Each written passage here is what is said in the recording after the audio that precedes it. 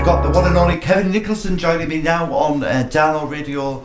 .com/radio, your favourite radio station.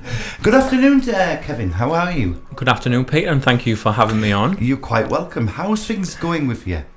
Going very well, and thank you for introducing me through my wardrobe and explaining my love of shirts and jumpers.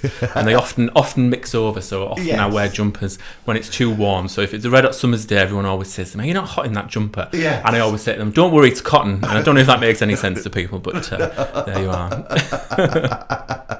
Well, I just thought I'd get it in there, because we know we like, I know you like your shirts and stuff like that. So how's things going for you at the council and obviously at the office as well, Peter Gibson's office? Yes, so council, it's very, very busy. As you can imagine, my job in Darlington at the moment is being responsible for health. It isn't all just me. It's obviously I lead a team of people in public health who, work with, the coronavirus pandemic, which has taken up a lot of our time over the last 6 months. But I only got my job. You could call it a promotion or a different role from being a councillor in February, which was about 3 weeks before coronavirus hit Darlington and hit the country. So it's been a very, very steep learning curve, and obviously with the importance of making sure that everybody's safe has been really important for me and for my team. Yeah, well, that's it, making sure that we're all safe through this scary time, because it has been a scary time. On about next week, it's going to be a bit of a different circumstances for kids going back to school. And a lot of people are thinking to themselves, shall I take my kids back to school? Shan't I take my kids back to school? What advice would you say? Because, I mean, we're still, COVID is still out there. And yes, they've got to go back at some point, I get that. But I was watching Good Morning Britain this morning, and it said on there about face masks in have to be worn in might have to be worn in corridors and canteens. And I was thinking to myself, how are they going to eat in a canteen with a face mask on? I was just quite confused about that. So what would you say about kids going back to school next week on the health side of things? Yeah, well, it's a very interesting question, and I can understand why parents will be a bit worried about sending their children back to school, because ultimately we want to protect them, and we don't want anyone to become unwell, and we don't want anybody to be spreading the virus to affect other people. Government scientists are telling the government at the moment, and they're the people who make the decision, that it's not necessary. Now, this is an evolving picture, as you know, with all decisions that are made. We look at the science around whether it's productive, what the positives are of doing it, and what the negatives are. And at the moment, government scientists, who are the people leading on this, are saying that it's not necessary. Will that be something that's always not necessary? Possibly not, but we'll have to wait for the government to make a decision about whether or not it's helpful. But what I'll say is, in all of to talk to your listeners, in all of the situation that's gone on with the pandemic, it's about balance and risk, and as you've said, Peter, there's always going to be a risk in all of the decisions that we do, whether those be personal decisions, so whether we choose to go out and have a drink, there's risks involved in that. Whether we choose to visit elderly parents, there's a risk involved in that. And I think it's about making sure that those risks are balanced. We're never going to eliminate that until there's a vaccine, or until it eliminates itself in whatever other way. So I think for me, to say to parents, absolutely, I know children have been absent from school for some time, and that will have an impact on their well-being, both mentally and also in terms of what they're learning. So for me, it absolutely is safe to go back to school, and any precautions that people can take within schools, which I know all schools across the borough work very closely to keep people safe and protected, and they've been working very hard to make sure it's safe for young people to return. So I would support the return back to school, but totally understand why. So if you're listening out there, Kevin Nicholson said, get back to school, and so do I as well. So my sisters, I have 3 sisters, and all of them are rather eager to get their children. You have quite a younger family, don't you? Yeah, I remember. And I think they're all very keen to have them return back to school. As well. So well, that's good. Yeah, well, that is good, which is one good thing. one of the other things, what was confusing me a couple of weeks ago, and sometimes might confuse, well, it confused me. Obviously, not so long ago, Stanley caught the virus a couple of weeks ago, and obviously a couple of their bars, clubs had to close through this, through the impact of the COVID. And I know when I text you the other week about the situation, but obviously if people in Stanley have got the COVID, what steps are in place for them not to come here to make our town at risk? You know, like you said, obviously we've got to take risks, but we don't really want to risk Darlington and then end up closing this town as a whole. Yeah. You know, what would you say about that then? I don't know. Well, to give you some assurance, there is the Director of Public Health. Works with her team, and I'm involved in that, as well as the national and regional coronavirus response teams look at figures every day around what cases we're seeing in Darlington and what cases we're seeing in neighbouring areas. Now, first and foremost, obviously, I think what you're potentially talking about is localised lockdowns, and Darlington is nowhere near a situation where it would need to locally lock down. And when we talk about an outbreak, I think the very word outbreak makes us think like, actually, we've had an outbreak and it's lots of people and there's lots of infections and spikes. In fact, if we were to declare an outbreak in Darlington, it could possibly only be 3 people in a certain connected area or workplace. So although an outbreak sounds like a very big situation, it is defined in the legislation as a very small number of people who are connected. So in Stanley, as you say quite rightly, there was I think it's the right one I'm thinking about, a social club where a number of people had been in close contact who, in terms of County Durham, had declared an outbreak, and I think it was a handful of people who had been infected. But the great thing is that they were identified, they were able to get the support from the test, track and trace to self-isolate and things. So, but in answer to your question about limiting people coming into Darlington, that isn't possible in terms of the powers that the council has. It doesn't have the powers to, unless we have in Darlington a big outbreak of cases. But to reassure people, the council and myself and Public Health England are constantly looking at all of the data that comes through, and all of that data is everything from admissions to hospital, infection rates, and the government look at a 7-day rolling picture, and Darlington is in the lowest top 10 lowest obviously infections. We've only had 2 in the last 7 days and that have been reported to us. Good. However, that's still under background of those people who perhaps might have the virus who don't have symptoms, or who might be not aware of some of the symptoms, which is obviously the loss of taste and smell and contagious new cough and a temperature and things. So, and there are people obviously who don't have symptoms, so that's why it's really important to get tested by calling 119, and they can arrange that for you if you need to get support with that. So there's a number for you, everybody, 119. If you do have any symptoms of the COVID, just give them a ring and they will advise you and get you well, hopefully.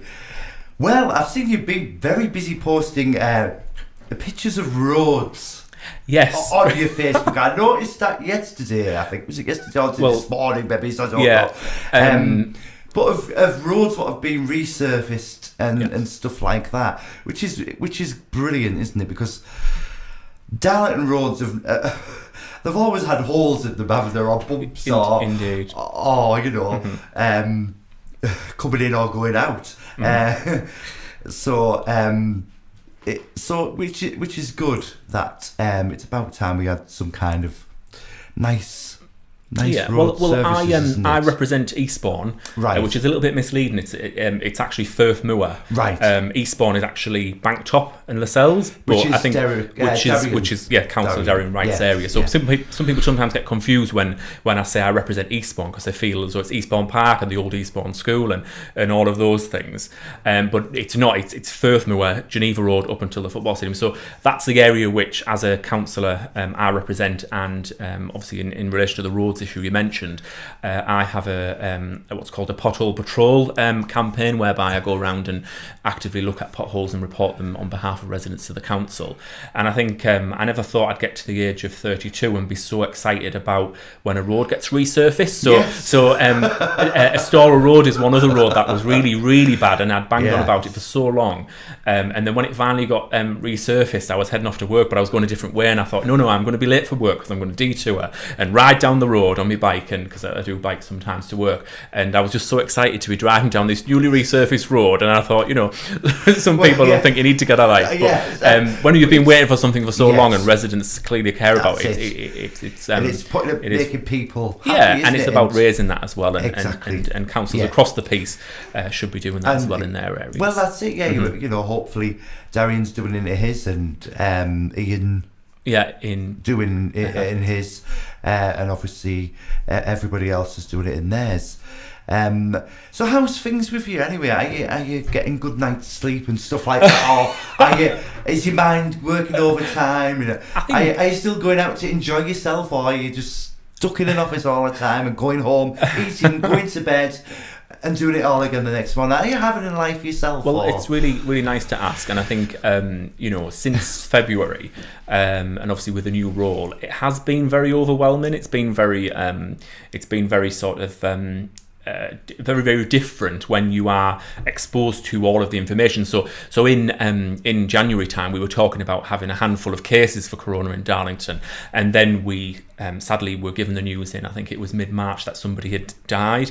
And I think all of that information is a huge responsibility, and sometimes, as you rightly say, it can affect people's well-being and things. But I think you just got to have a real sense of duty and purpose and things. So no, I'm not unfortunately I'm not having any interruptions to my sleep. I have just bought a new bed, which might help, if anything does get a little bit too stressed. But there is you do worry, and people do worry, and I think if you're exposed to the information, we were having phone calls for 3 hours a day sometimes talking about the response that the council has, and it can become sometimes a little bit overwhelming. But it's really important to take time out to sort of go for walks and to any of you arising of any holidays or anything like well, that? I usually go to France for a weekend on my birthday, but that was obviously cancelled because of the situation. We were still allowed to fly, but I didn't feel it was appropriate to go on holiday, and I just didn't feel it was the right thing to do. But I enjoy a few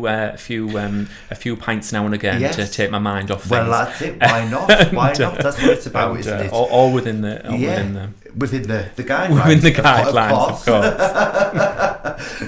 No dancing. No dancing, which I'm not very good at, but I do miss. And it helps them, sort of sober you up a little bit sometimes.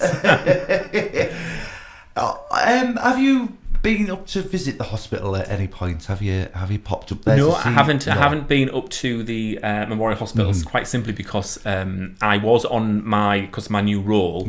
I was on the call it the tour of my areas. Right. So I'd managed to go up to the Eastbourne Sports Complex, the Dolphin Centre, and I'd spoken to the ambulance service. However, I hadn't managed to get round to hospital because everything was in lockdown. And actually, even at this point, I don't feel the hospital or any services which are under immense pressure should be worried about politicians going visiting and things. And I think it's really important to Sue Jakes, who's the chief executive of the hospital, I'm in regular contact with in terms of we're in an email chain and group and things. I still don't think it's important to turn up at the hospital at this point. But I will get there as part of my part of your role. As part of my role, but I think the Dolphin Centre have been happy to see me. But, well, that's it. And how's Firth Moor getting on that? Are you still enjoying that role? Is Is it, the community centre? Well, What's happening with the community centre? Well, where has Mark Hardy gone? Is he still there? I texted him the other day. I said, where have you gone? I've not seen anything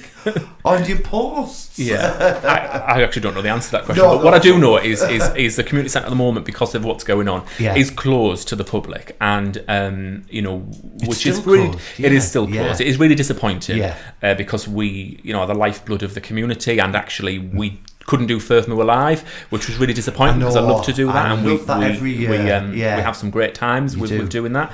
But what we have been doing in the background is the team there have been providing emergency assistance through, whether that's shopping or top-ups for gas and electric, or providing food bank services to people. So we have been there, we just haven't been out there. But we're not able to return the staff to work at the moment because they're furloughed, and we want to make sure that, whether it's appropriate, but we want to maximise the financial sort of, benefits of that to the charity before we return people back to work. Yeah, well, that's it. I mean, you've done so well. Like the Dolphin Centre have done a brilliant job through lockdown of doing, stuff like that, and giving people electric. Because, like I say, I mean, not everybody has the full benefits to everything, have they? To gas, electric, and stuff like that. And times were hard through lockdown for a lot of people. Well, Kevin, it's been a pleasure, I must admit, to speak to you. Very bubbly and very. Hopefully, you've found it useful and interesting. I have. Because each role's different. Darian was different. We were talking about Pride. Jonathan's will be different. Yeah.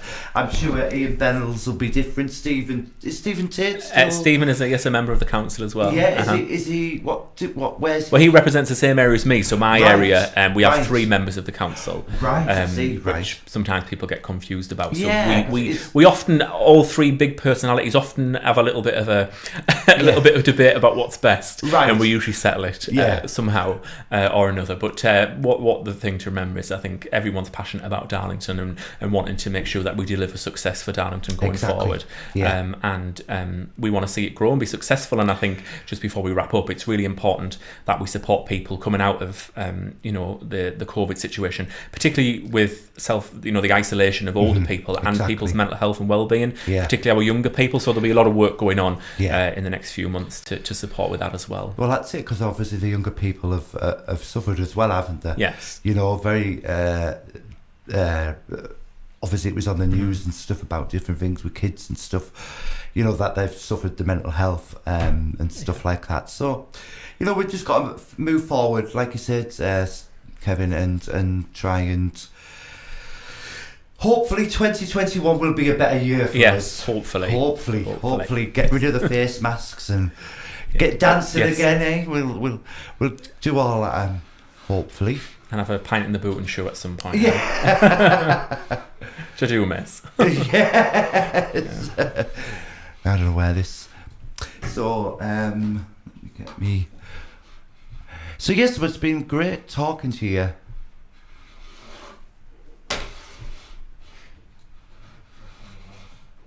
Oh, there it is. I found it now.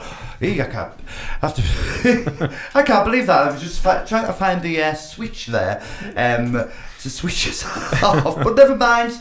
Prove we're live. Prove we're live here at darloradio.com/radio with me, Peter Miller, aka Miss Handbag. And I just want to thank Kevin Nicholson from Darlington Council. Thank you very much for coming. No problem. And it's been great to talk to you.